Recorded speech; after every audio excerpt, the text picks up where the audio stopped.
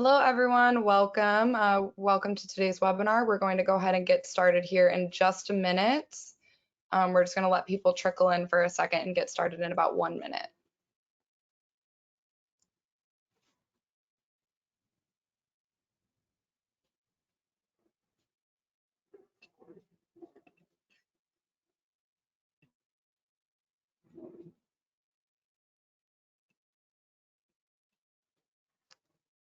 Hello, everyone. Welcome to the webinar. We're going to go ahead and get started in about 1 minute here. We're just letting people kind of trickle in.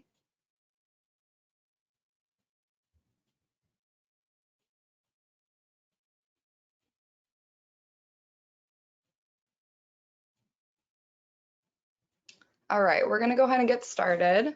Hi, everyone, and thank you so much for being here today, and welcome to today's America Walks webinar, Connecting the Dots, where transportation, climate, and inflation intersect. Next slide, please.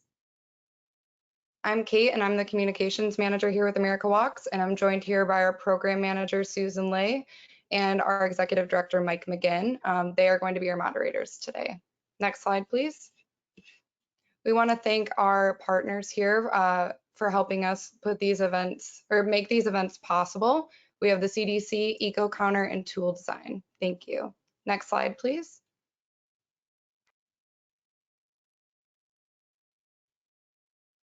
I want to take a quick moment to thank all of you for your generous support. Whether you're a regular attendee at our webinars or you've made a donation, you are what help these programs continue to thrive. So thank you. And to all of our first-time webinar attendees, welcome. These programs allow us to directly support local grassroots activism and education and make an impact on issues all the way up to the federal level. So if you like this content, please consider making a donation, and the link will be in the chat box momentarily. Next slide, please. And just a quick note about our technology. You should see a control panel like this on the right-hand side of your screen. If you have a question at any point during the presentation, feel free to put it in the question box. We plan on having a very robust Q&A after the panelists conclude their presentations. And so feel free to add any questions that you have, and hopefully we can answer it during the Q&A session. Also, if you're using closed captioning today, there is a link in the chat box at the bottom of the panel. I'm going to turn things over to my colleague, Susan Lay, for a quick introduction, and then we will dive in. Awesome. Thank you so much, Kate, for the introduction of myself as well. So yeah, we'll get right into the panelists that we have featured today. The first one we have is Yonah Freemark. Yonah is a senior research associate at the Urban Institute in Washington, D.C. Dr. Freemark studies land use policy, transportation investments, and governance in metropolitan regions in the U.S. and abroad. A man of not so many words, but the presentation definitely speaks for himself as the work that he does in this country as well. Our next panelist is Nailah, who is the Executive Director of Climate Plan. In her role at Climate Plan, she is responsible for expanding the network presence, cultivating new members, and ensuring the mission and vision of the organizations are being carried out. She comes to this position with years of community organizing and coalition building experience that spans neighborhoods, regional, state, and national social justice campaigns. The through line in Nailah's personal and professional life is always ensuring her son has a healthy, safe, loving environment and future. She does this by building community everywhere she goes, learning from those around her, and being open to transformative change. Nailah is located in Sacramento, California.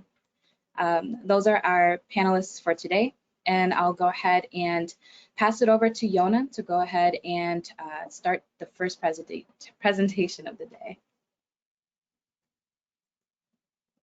Thank you so much for having me today. I'm really happy to be able to present to you all, and I'm looking forward to the question and answer session afterwards. So I'm going to see if I can share my screen. Here we go. And I'll begin talking about an area I think that a lot of people are thinking about today, which is the degree to which our living environment and the choices we make about our mobility systems have a role to play in influencing and responding to issues related to inflation. To give a little background on myself, I work at the Urban Institute, which is a nonprofit, nonpartisan research organization based in Washington, D.C. But I want to be clear that any and all research and discussion that I present today is my thoughts and my thoughts alone, not of the organization as a whole. So the major point I want to share today is that, from my perspective, we're stuck in a vicious cycle of automobile dependence. And I've tried to map out what I mean by this on this chart, but I'll go through it quickly. So number one, we have a problem. We have many people throughout our society who have no choice but to drive almost everywhere. And that's because of the design of our roads, because of the design of our land uses and things of that sort. The fact that so many people have no choice but to drive almost everywhere means that political support is generated for public money to subsidize highways. They then use that money to build roads and to build more automobile-oriented land uses. That then encourages employers and more residents to move into areas with all those new investments, since those are the places with the brand new public infrastructure, the places where lots of new, types of investments have gone in. At the same time, existing land uses and those who live there are left behind by that society. In other words, people who are lower income, people who don't have access to cars, simply are not able to, move out to those new areas. That encourages more and more people to drive, and the vicious cycle continues. And this is the state of American society in most of the country today.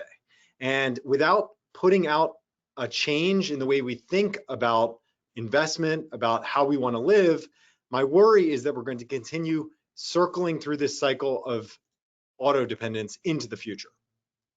This is one of the reasons why I'm so concerned about this issue. We have chosen over the past 50 years to invest massively more in highway infrastructure than we have in alternatives.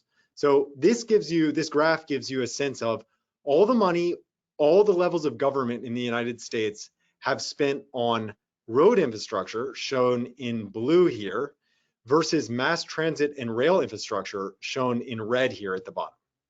And what you can see is that we've spent cumulatively about 4 times as much on highway infrastructure, which means a total of more than, and this number is crazy, $10 trillion on, and that's trillion with a T, $10 trillion of government money on roadway infrastructure over the past 50 years or so. That doesn't even begin to include all the money that individuals have to spend on their cars, on paying for gas, and things of that sort on top of that.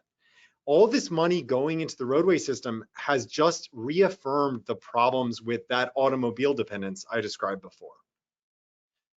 It has also discouraged people from living and using modes of transportation that are not related to the automobile. So what these graphs show on this chart are the fact that in all of the major US metropolitan areas, the share of people who either use public transportation or who walk to work has declined from 1970 to today. That's true even in New York City, though the decline there has been the least. And the result is that you had places like the Atlanta region or the Houston region or the Miami region, where back in 1970, almost 10% of people used to take transit or walk to get to work. But now fewer than 5% in each of those regions actually make those choices. And the conditions are even worse in places like the Dallas region. This is the society that we've built around automobile dependence. It's a place where options where you don't have to rely on driving are really hard to get by for too many people. My contention is that this automobile dependence costs everyone more money.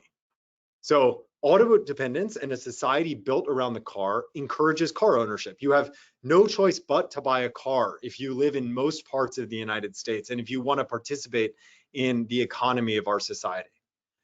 Car ownership, even without driving, is expensive.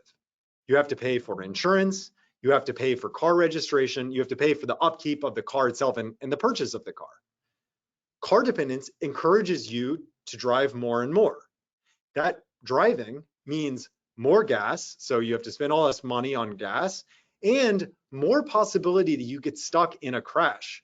either for yourself or involving other people, which is going to cost a lot of money in terms of healthcare costs, in terms of other pain that comes from automobile crashes. Car-dependent land uses are also more expensive to maintain, meaning the taxes people have to pay for their typical public services go up over time. And then we create inequities in our society. As I pointed out before, people who can't afford it are left behind by a society that is built on the car. So just to give you a sense of how costs diverge with people who are car dependent and people who are not car dependent, I did some research just a few months ago comparing how much people spend on transportation overall if you have a vehicle or if you do not have a vehicle. And that's what's shown on this graph here. What this is showing is that people who, or households that do not have a car available, spend considerably less of their overall income on transportation than households who do have a vehicle. Now, this isn't to say that everyone who has a vehicle today can simply get rid of their car and, save a lot of money. In fact, most of the people who have cars need those cars to be able to perform their daily tasks. But it does mean that if we create a society where more people are able to live without having to rely on a car, they'll be able to save money on transportation and spend it on other needs like housing, food, and recreation.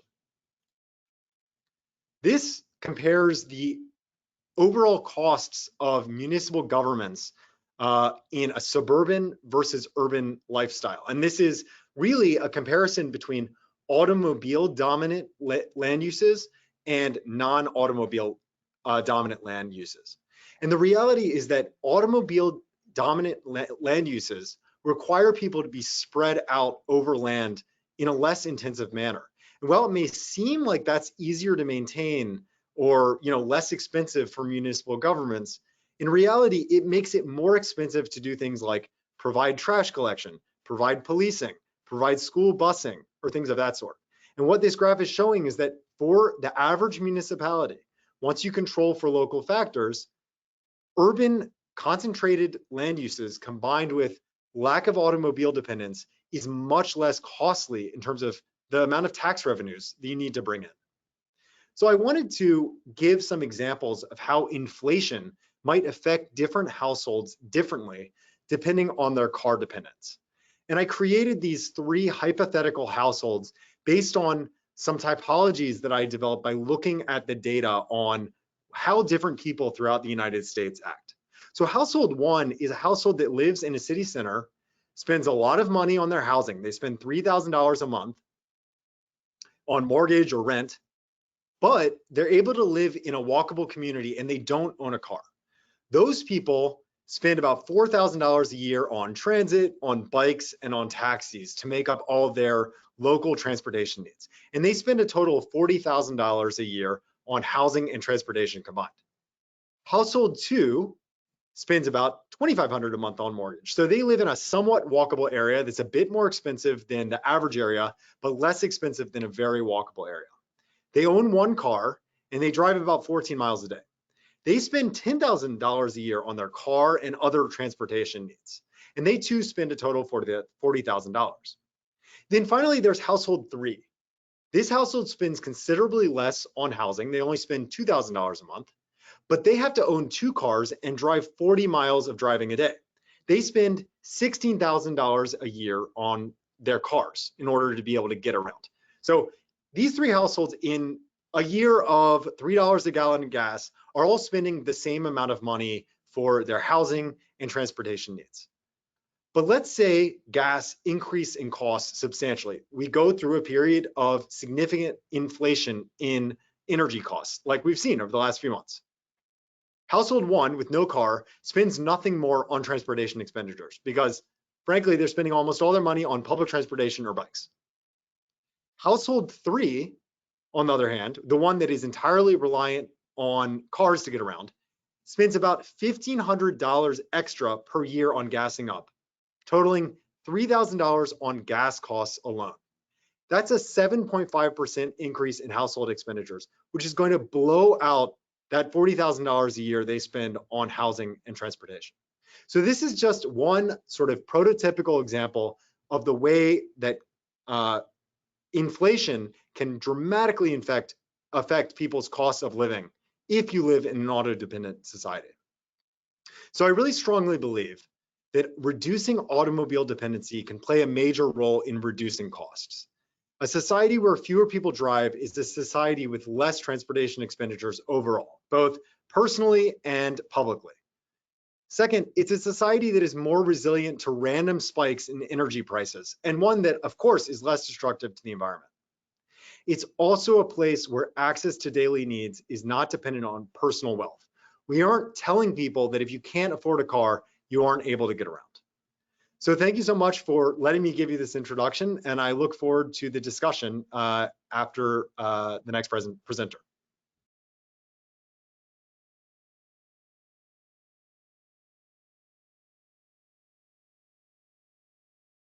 Thank you so much, Yonah, for your presentation. It was quite insightful, and I'm sure it'll stir up a lot of questions coming up next. In the meantime, we will go ahead and pass it off to Nailah for her presentation.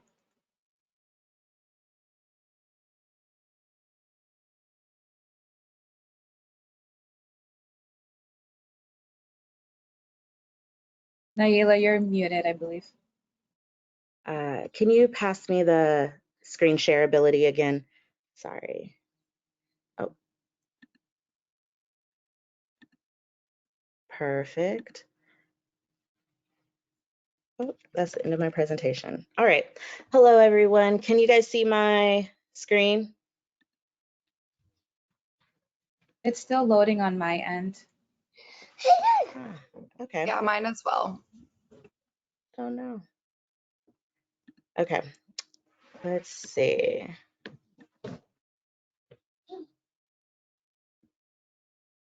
How about this? Yeah, I can see your presentation. I think if you sent it, it should be full screen. Okay. Let's see. Show slideshow. There we go. So my name is Nailah Pope-Harden. I am the Executive Director of Climate Plan.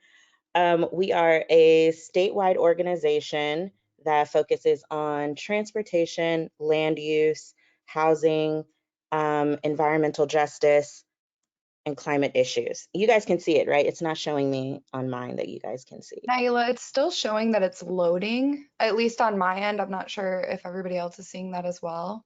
I'll just show you guys my face. I can do the presentation. Yeah. So Climate Plan is a coalition of 60 organizations across the state of California. And each organization ranges in size from really small volunteer-led organizations to regional-based, statewide-based, and some national organizations are also a part of our organization. One of the things that we fully believe is while transportation is one of the biggest emitters, we focus a lot on transportation land use decisions. We are spread across the state of California and have varying degrees. Like I said, everyone has different background and expertise. Gosh, so sorry about the presentation. So Climate Plan has been established for about 15 years. We do like regional advocacy. So one of the things we do is we advocate for statewide policy, and then we work with regional groups to see how that policy is actually translating on the ground.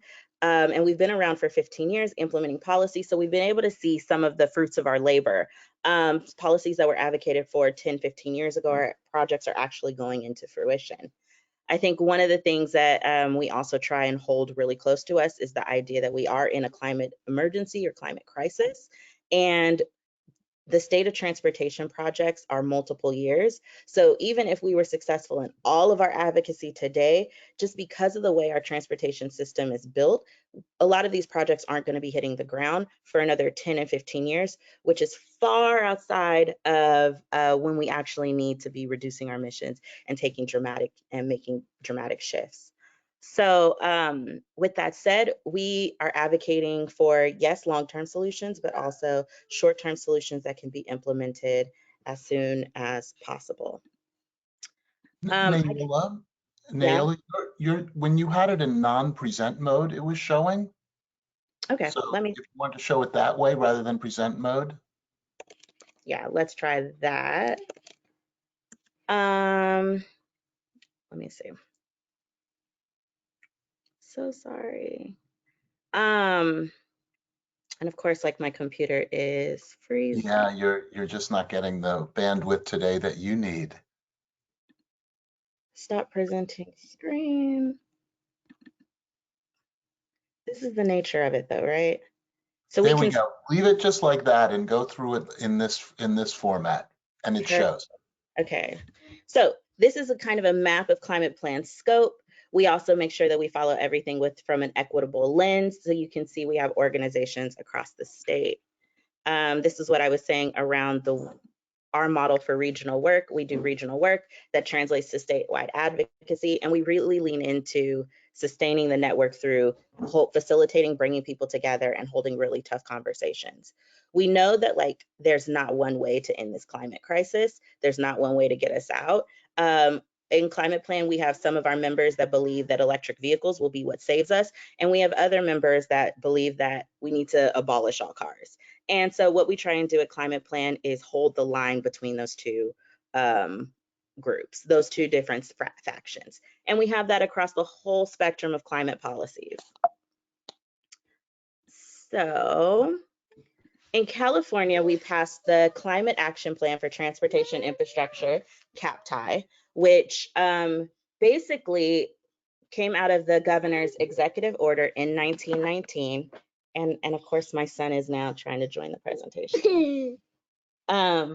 Came out of the governor's executive order in 1919. What this order's goal was to take $5 billion of California's transportation spending and divert that into more climate-friendly transportation infrastructure. So walking, biking, transit options. As you can see, the goal for California is to reduce GHG emissions by 40% by 2040, or 40% below the 1990 levels by 2030.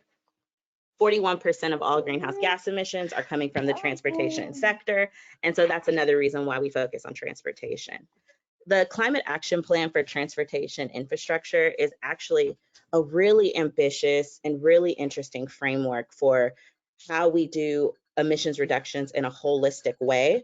So the goal of CAPTI is to not just talk about transportation infrastructure, but how it relates to housing and how it also advances equity in our public health goals. The other thing that happened in California is we have an executive order that is 7920, which mandates that all passenger trucks and cars sold in the US be zero emission by 2030. There are a lot of equity implications around making sure that we're have chargers in the right spot, things I'm sure you guys are all familiar with, chargers in the right spot, policies so that we can make sure that homes can put chargers in that fit all different type of housing styles, multifamily, apartment homes. And also we've been doing a lot of advocacy to ensure that when we talk about electric vehicles, we're not just talking about electric vehicles, but we're talking about electric bikes and scooters. So in the state, we have a lot of funding programs where residents can get rebates for cars, but we don't see that as much for bikes and scooters. And so we want to make sure that not only are we pushing for electrification, but we're making sure that as we do, we see a multimodal electrification future. So I kind of laid the groundwork, right? We have this electric future coming.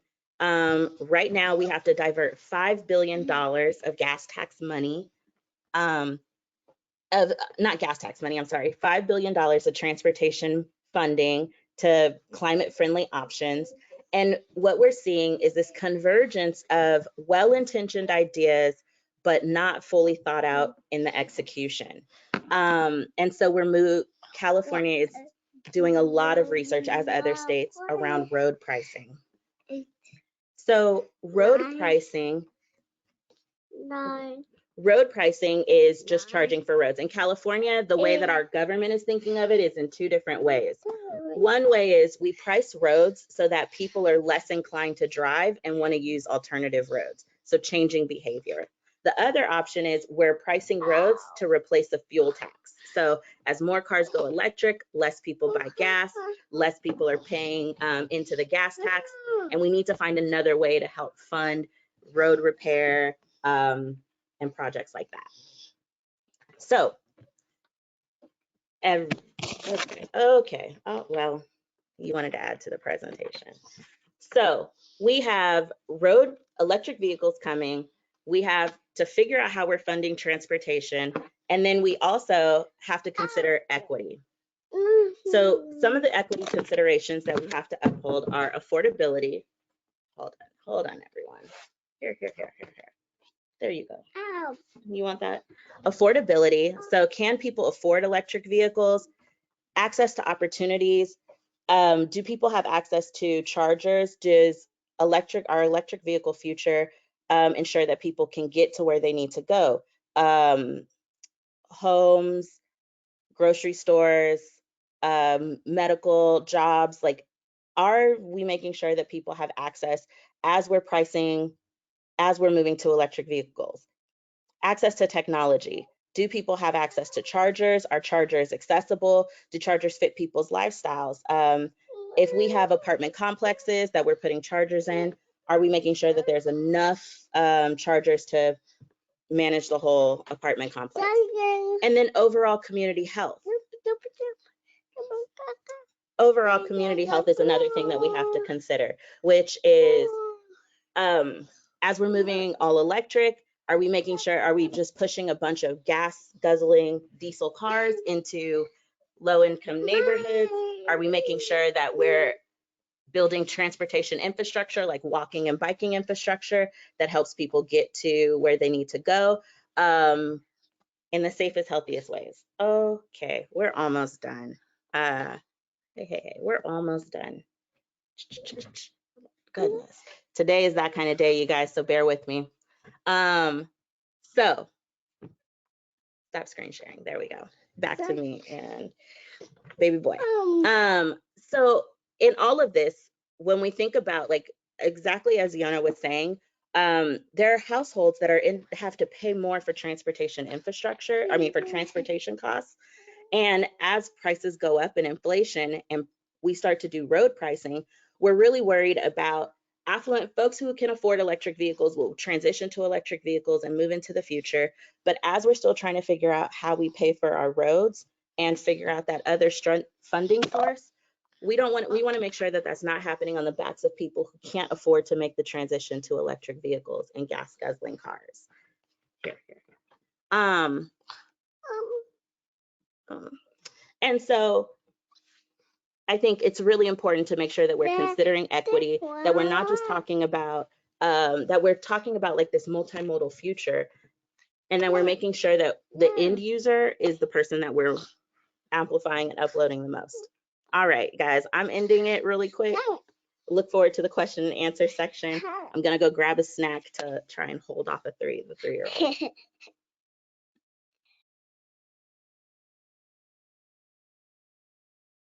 Thank you so much, Nailah, for your presentation. I definitely enjoyed the featured guests as well. So hopefully snack time is helpful for everyone. I know we could probably all use one at this point too. So that concludes the presentations from the panelists of today. So thank you, Yonah, and thank you, Nailah, for sharing. We do have some questions that had populated over the course of the webinar. So we'll go ahead and get right into it. The first one we have here, we find a lot of strategies for inflation are often long-term. How do we find more immediate solutions for communities that are unwalkable right now? Who do you want to send that to first, Susan? Mike, I haven't heard from you in a while. Popcorn. You have to work with me. I think this is actually so you hear from me all the time. I think this is actually I think this is one of the challenging things, and Yonah pointing out that as getting, if you didn't own a car, you could save a lot of money, but we also know that for many people, a car is a lifeline to their jobs and opportunity. In fact, it's not owning a car is a predictor of, you know, your ability to get a job and to take care of yourself. So that's just part of the insidious nature of auto dependence, is that to even participate in the economic life of your community, not to mention the social or cultural life, many places you really have to own a car. So that means it's not easy for people to, it's easy for us, and we do really believe here at America Walks, and many people do in this country, that it would be wonderful if we could live in a world in which walking, biking, and transit were the most efficient, or at least equally efficient, modes of getting around. And if you did, you could save a ton of money. So we have this 50, 60, 70-year pattern of driving auto dependence, and it's not realistic to think that it can disappear overnight, right? And I think it's even been exacerbated by the fact that for a period of time, the core of American cities were being abandoned.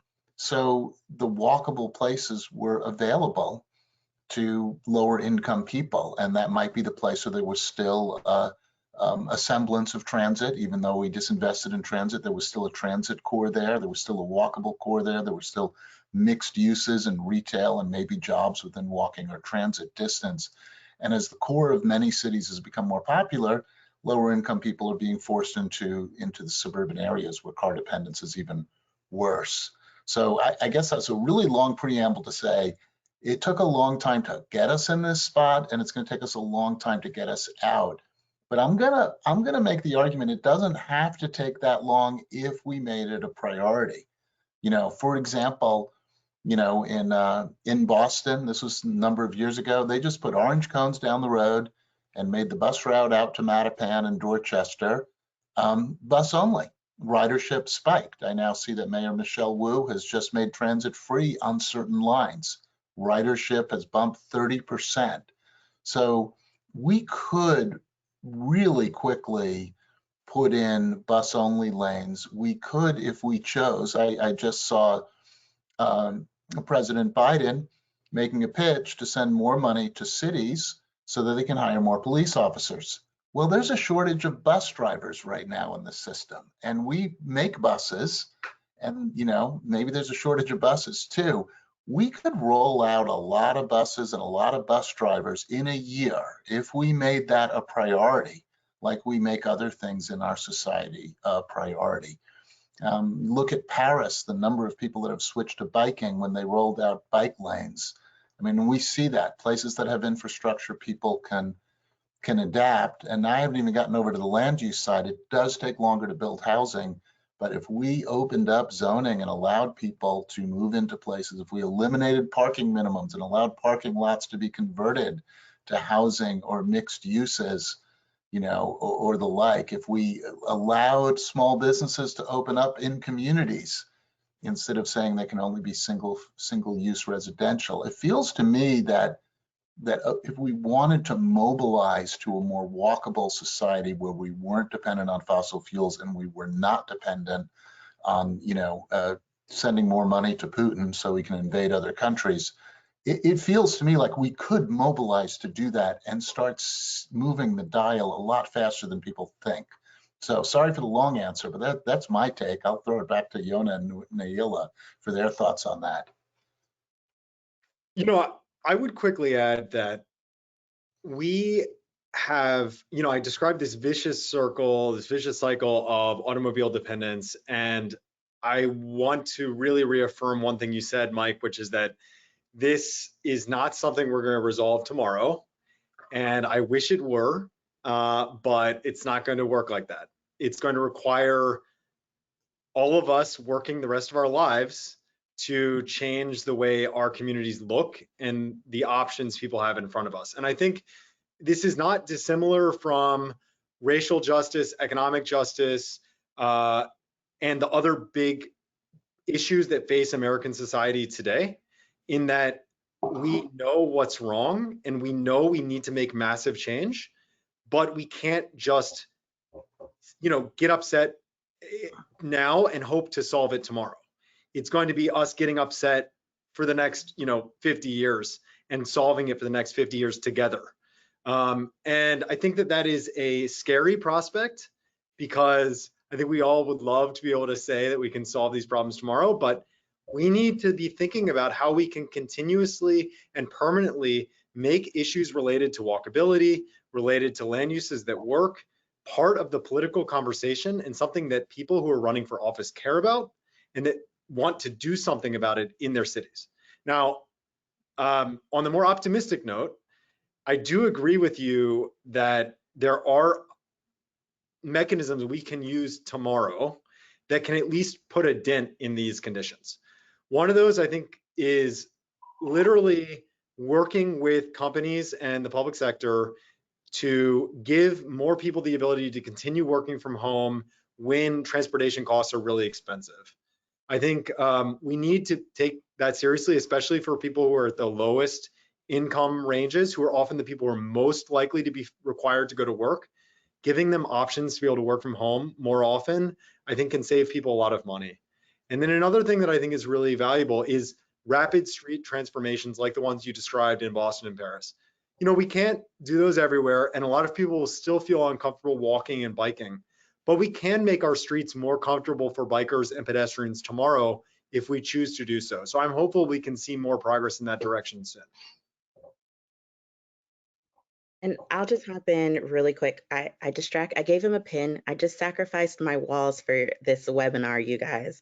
So just know that I apologize for the chaos before. But I'll just throw in, from an advocacy standpoint, I think what is really clear are road projects don't need the same amount of advocacy. They cost more, they hurt our environment. So I think anywhere that we can talk to our elected officials and make those connections about, like, these projects, they're cheaper, they're quicker, they last longer, they have multiple benefits, to shift that conversation, I think is really important. I think the cones give a really good proof of concept. It's something that we saw when a lot of states did, like, the open streets, or whatever you call them. It really gave people proof of concept. And so I think, like, it is really a both and like scenario that we have to do here. Awesome. Thank you so much for your answers and your feedback. We did have a question from the chat, and I believe it populated during Yonah's presentation, but of course, feel free, anyone, to answer. The question is, isn't there a correlation between households with cars and higher incomes? I think that would have been a question for one of your slides, Yonah. Yes, there absolutely is. But the new research that I was able to undertake, which I can be happy to share in the chat if that can be shared, specifically disaggregated people by income group. So I can say people in certain income ranges, some of them have cars, some of them do not, and then look at how much money they spend on different expenditures in their lives.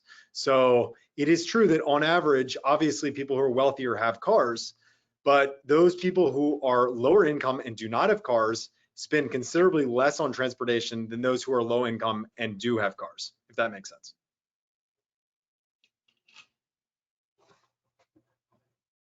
Awesome, thank you for that.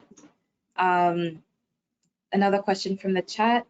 What are the numbers for healthcare expenses for active transportation users versus drivers? And I think that might have populated during the first presentation as well. I'm not sure if. So I don't have the numbers in front of me, but I have seen data showing that the costs of the crashes that occur because of our automobile-based transportation system goes into the billions of dollars a year in injuries, fatalities, and in the policing that we spend a huge amount of money on to basically pay for the massive number of crashes that we have every year. I don't know if people realize this, but 40,000 Americans died on the roads in 2021. And a huge share of them, I think about 7,000 or 8,000 of them, were pedestrians, people who had, were not causing the crashes at all. And when you have a situation like that, you are producing a massive expense for our healthcare systems, just having to deal with the fact that people are getting hurt on a day-to-day basis. Yeah, I completely agree. And I think the data with fatalities and just the numbers show in 2021 alone is very scary.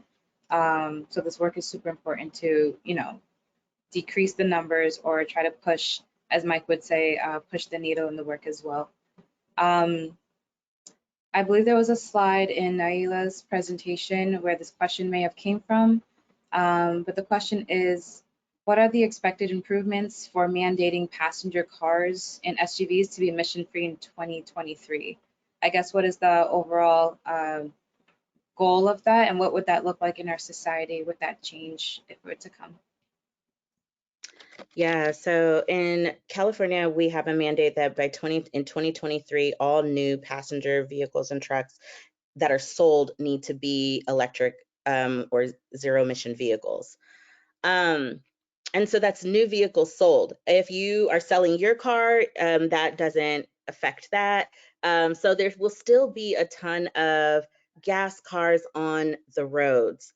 And so I think back to what I was trying to articulate about the equity considerations are, if you can afford electric vehicle, you're going to go buy one.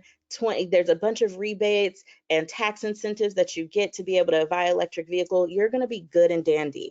Your neighborhoods most likely will have chargers. You can afford to put one in your driveway.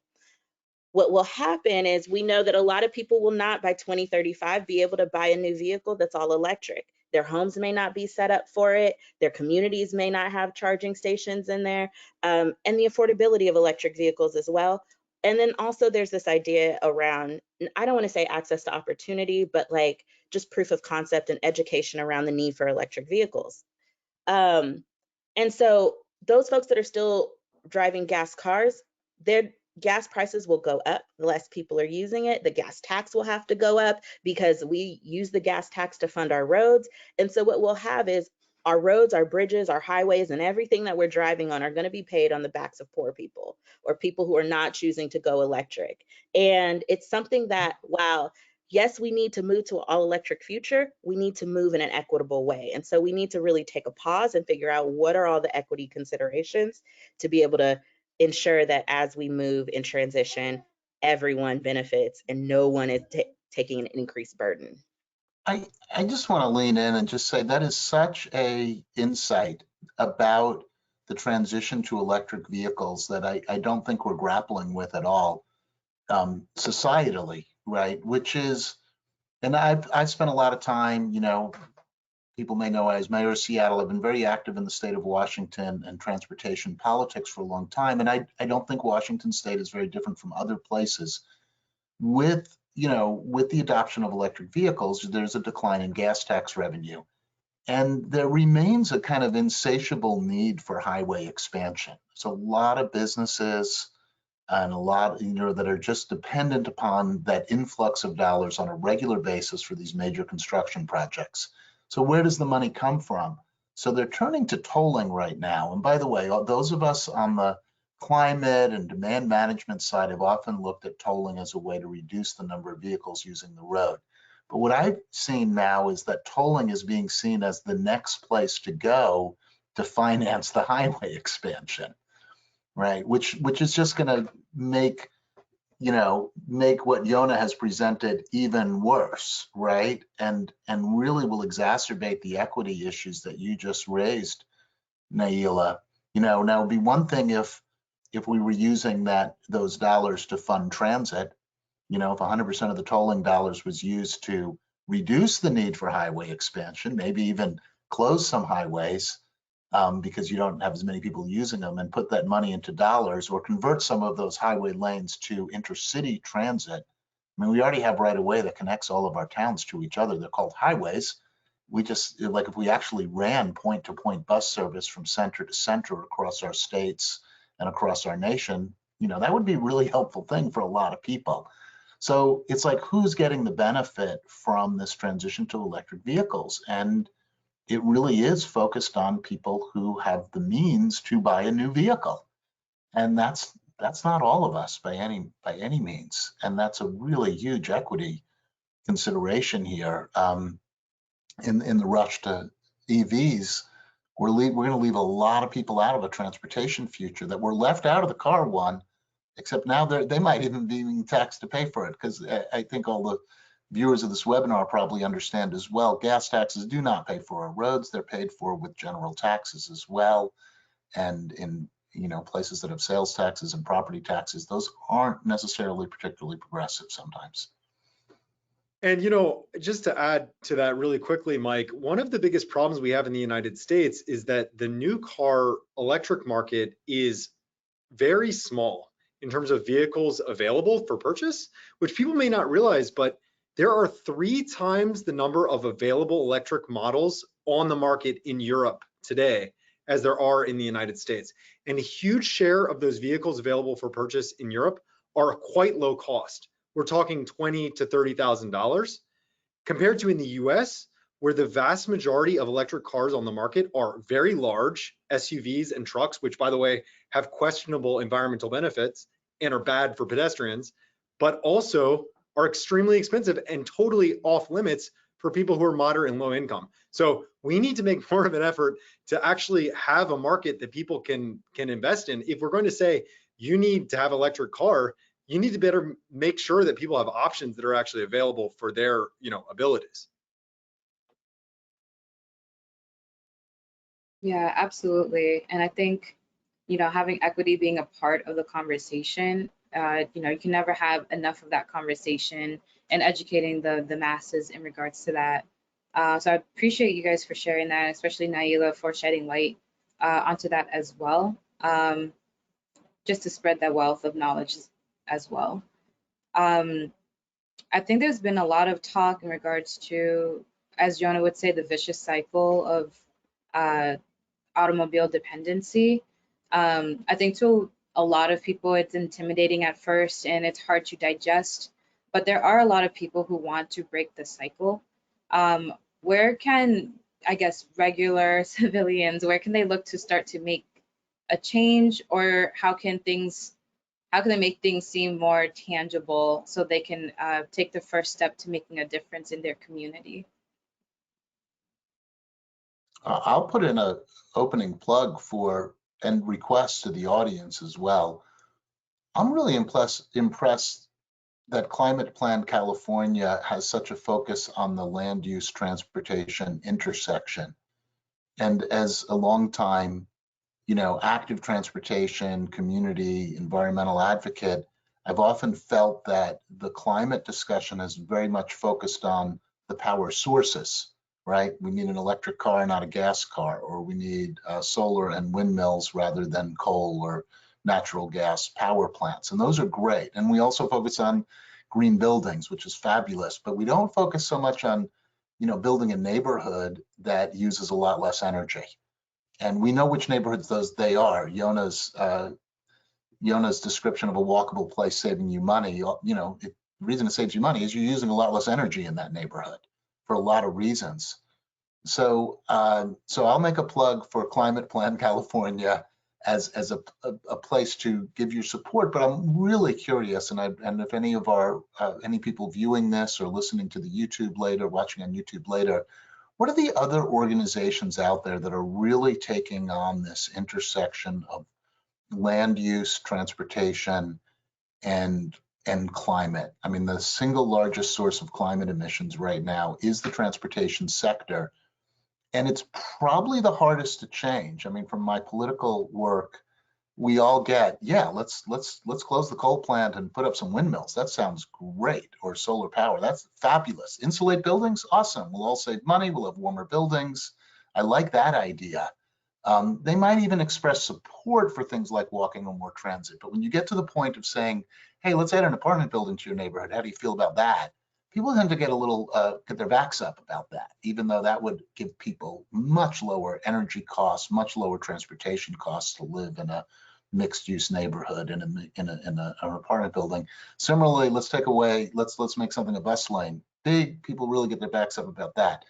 So I think this is where the climate movement is going. I think that's where equity has got to go. We've seen so many more people picking up the need to build more housing in walkable places and make the currently walkable places more accessible to people. We've seen that. I think that's where the movement's going, but I want to see where are the organizations out there that are willing to take that on and really, you know, stick their nose in it and take some heat from people who think apartment buildings and bus lanes are a bad idea. So that's my first thought. I'll turn it over to Nailah, having given her a plug. Yeah, so you know, I don't come from climate. I don't come from climate change, that world. I come from social justice. And why I love working on climate change is because every solution to reduce our emissions builds a better community. I think oftentimes one of the things that I don't necessarily appreciate about the movement is the doom and gloom. The world is gonna end in what are we at, 8 years now? The world's just gonna like stop. But if we really like talk about like what we're talking about, like we want everyone to be in a community where they can walk to a grocery store. We want people to wake up and like be able to have floor inducted, like heating that's floor inducted, that rises, like, you know, like better systems, cooking in safe environments. Like there's this intersection between like a lot of social justice movements and climate that are missed. And especially when you talk about like transportation and land use, I think you can really like get to the heart of some of that. Because yeah, like we just want to live in connected communities. I grew up in South Sacramento, which is like the south side of every one of your towns that you guys know. It is the area that Jonas is talking that's not walkable, right? When I was old enough, I moved to our Midtown neighborhood, and I remember I was having coffee with a friend, and I said, yeah, this summer is like, you know, we get 100-degree summers in Sacramento. I said, this is the coolest summer we've ever experienced. And my friend said, no, you just have trees in your neighborhood. Oh, right. So there's just a different life that folks in other neighborhoods are living. Like I could walk to a coffee shop outside of my home and then sit in a shaded area. And that's genuinely every community having access to those things would reduce our emissions. It's not this heavy doom and gloom lift, like we're all going to die in a couple of years. No, we all can just have a tree, is what I'm advocating for. And in terms of like real world things that we can do like immediately or to make it more tangible, I think being able to like create those walking and biking groups, creating routes in your neighborhood, just thinking about how you personally change a few trips. If you're a part of an organization that hosts meetings, putting what bus routes to get to your meetings or making bus times accessible to around meetings are huge. To say like, hey, we start the meeting at 7:40 because the bus stop gets there at 7:30 and we don't want people to feel late, or you know, like really being intentional if you're a part of an organization that can, and doing those little things I think are huge to just shift the paradigm. Yeah, and I just really want to reaffirm what you're saying. We don't need a doom and gloom message. We can have a positive vision for the future that is about creating livable, walkable communities where people want to live.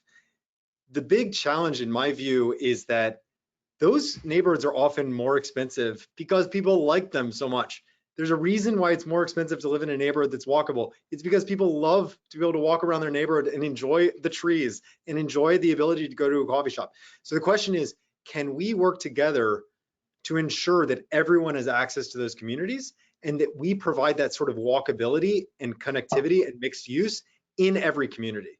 And that, I think, is really the big challenge of our times, is connecting equity to these visions of urban design for the future, and making sure that it's a urban design that everyone can take advantage of.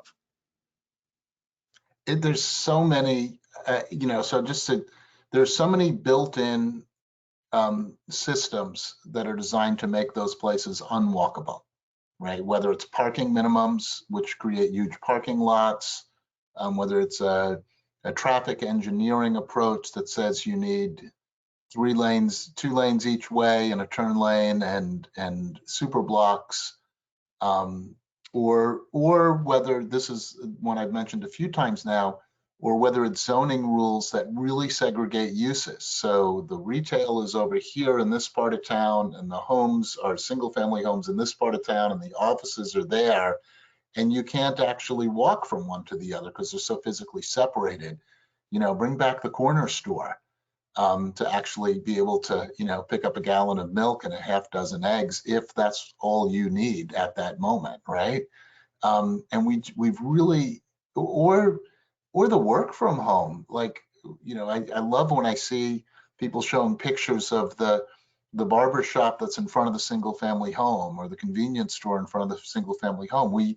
Before we instituted zoning, somebody could convert their front yard into a little commercial venture, and it was it was acceptable and helped support the family. So I think that this is one of the other, accessible places, is that what we're really talking about is a culture change. So we sometimes us policy folks really get involved in what's the big national policy that makes a difference. I think those conversations that you have with your neighbors, that no, it's okay that somebody lives in 400 square feet in a place, or 200 square feet in a place with a bathroom down the hall, if that's where they are in that part of their life. And it's okay to have that type of housing in your neighborhood, because we were all there once. Well, most of us were there once, right? Living in that small place, and it probably was a pretty good time of life too. So we really just need to allow a lot more flexibility in our land uses. And I think if you really want to get engaged, don't be scared to let your neighbor know that you don't agree with them when they get all upset, that there's going to be some type of change to their neighborhood that might make it easier for people to live there. Okay, we are at 11:56, and I'm going to make the pitch, and then we'll see. Susan, do we have any more questions from the chat that are still there? We might have a couple, but yeah, we are coming up to the hour, so I'm not. Okay, why don't you look at the questions, and I'll make the last pitch, and then you'll give us a close, and then you'll think of a closing question. Okay, so when I say the pitch to everybody, I've now lost my slides, and I'm not going to find them again to make the pitch. You're just going to have to listen to my listen to me talk. At America Walks, we support local advocacy for walkable places, and we've been taking a really expansive view of what that means. Today's webinar is really about it's in the title, connecting the dots between cost of living, climate, and Nailah really bringing in the equity considerations too.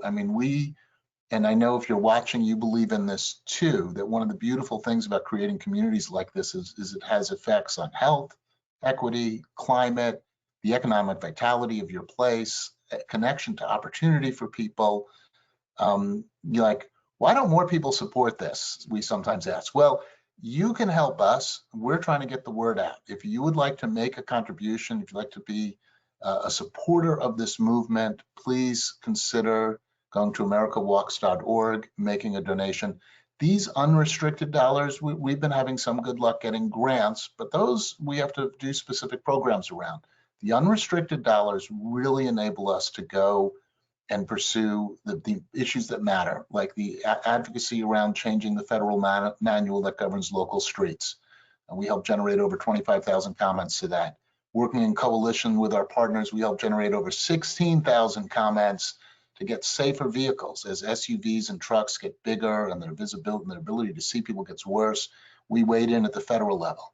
So we're going to support local advocates. We're going to use our national voice, and a little bit goes a long way with our talented, hardworking staff here at America Walks. So please consider being a member. And with that, and of course, thank you to our partners who help make these webinars possible, in particular the Centers for Disease Control with their Active People Healthy Nation program are a key part of this work as well. So with that, Susan, what's a good closing question for the team? And then we'll call it good. Yes, a lot of our conversations today revolved around, like you said, Mike, talking to your neighbor, and also spreading the knowledge so that people are aware of the issues at hand.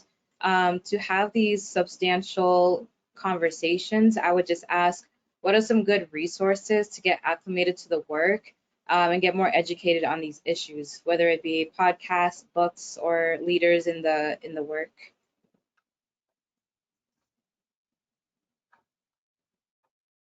Nailah, I just made my pitch, so it's your turn.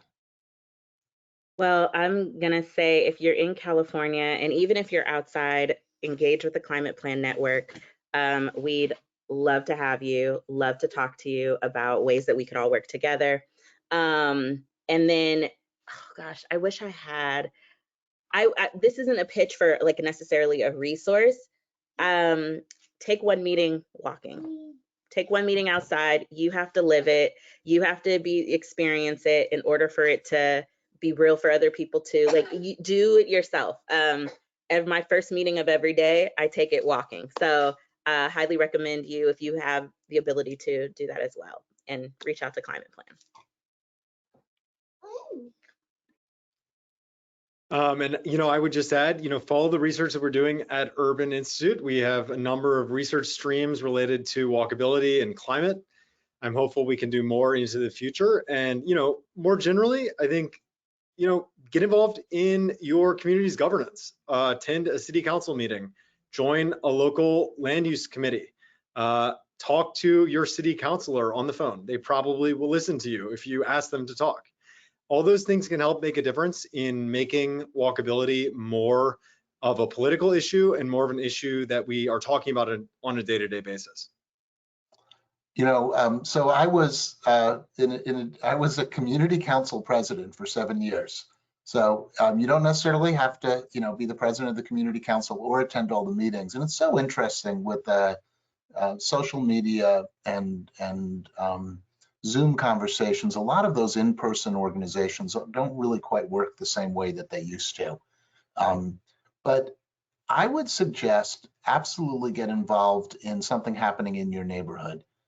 Maybe there's some type of hearing on new construction in the neighborhood. Maybe there's a transportation plan being discussed or a change to the street. Absolutely weigh in. And now I'm just going to speak from the mayor's perspective. When the city came to do something to a neighborhood and I was the mayor, the neighborhood reacted what the city's going to do. If people from the neighborhood showed up and said they supported a bike lane or supported more housing in the neighborhood, now it became a conversation between neighbors and not something that the city was going to do to them.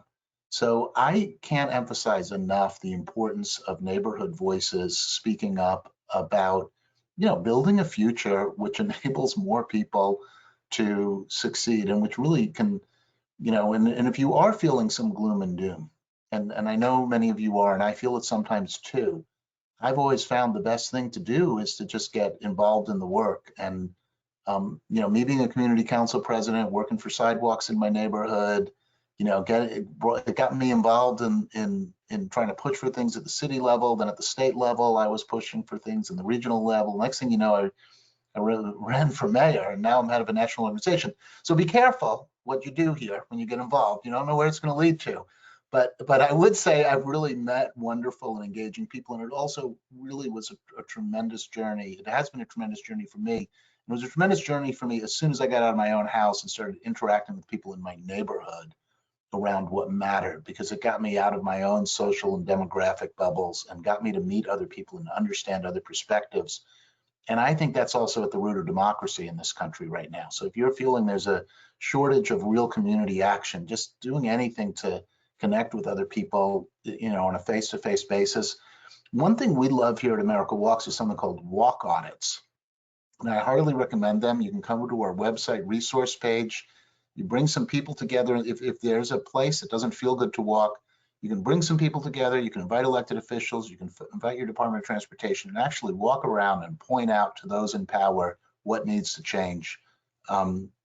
You can almost always get your local elected official to come out on a walk if you get enough people to take that walk in your community. And now you can start, leaning on them to provide some accountability to the community to make it safer for people. So if you're just looking for one thing to do, do a walk, go out and meet your neighbors, do a walk audit in your neighborhood, start looking for the simplest thing that can be fixed right now by your local government. And you'll probably start putting together a longer list of more complicated things that they can work on. And you'll have a great time doing it, is my experience. So that's my pitch. Get involved. Awesome. Thank you so much for that. I don't know, I feel like this energy is kind of hyping me up to get out there and go for a walk, especially when it cools down. It's pretty warm here in Massachusetts, so I'll wait a bit.